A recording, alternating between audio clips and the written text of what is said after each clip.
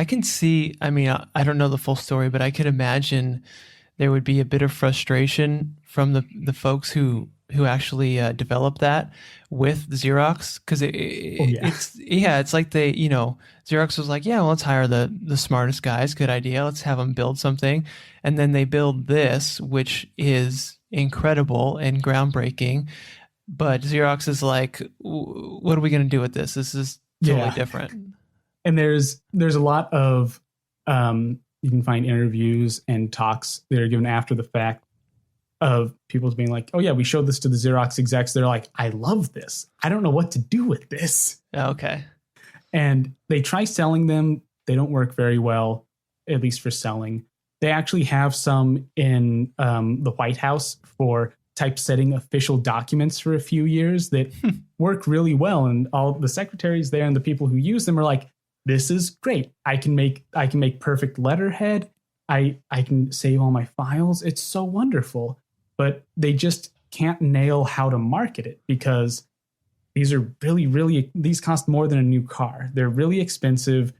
It's still Xerox, so it's still for printing and copying. It's not for, or they haven't marketed it as for the wider world of a personal computer, but they're getting the ideas there.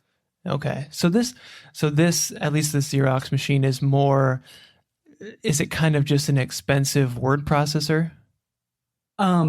Yes and no. So word processing is one of the things it does really well, but there's also, they have graphical programs for doing like, not Photoshop-y, but for drawing, for doing art.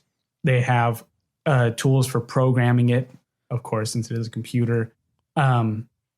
Icon editing. There's actually some video games for it. There's a pinball game that some of the programmers wrote for it. So it could be used as a full computer more than just word processing.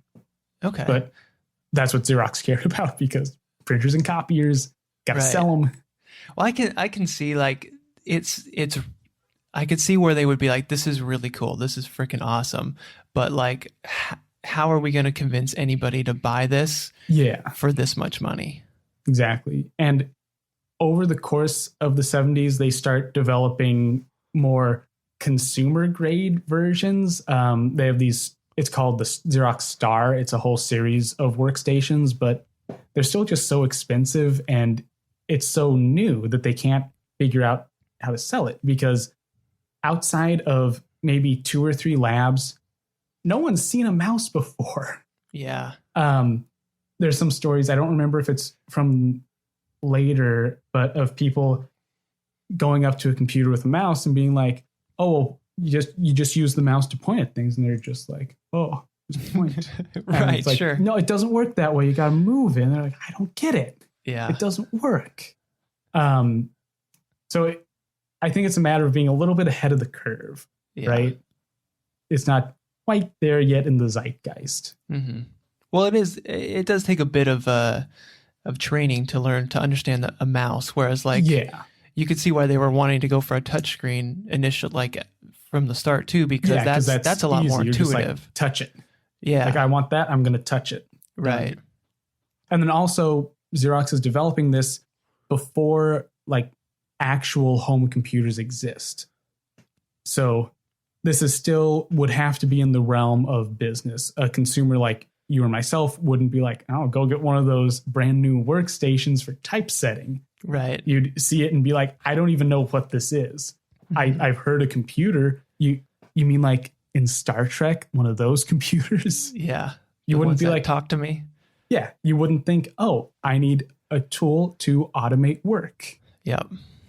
So, okay. So then how does the story progress from there? How do we move down the timeline? Hey, thanks for watching this video.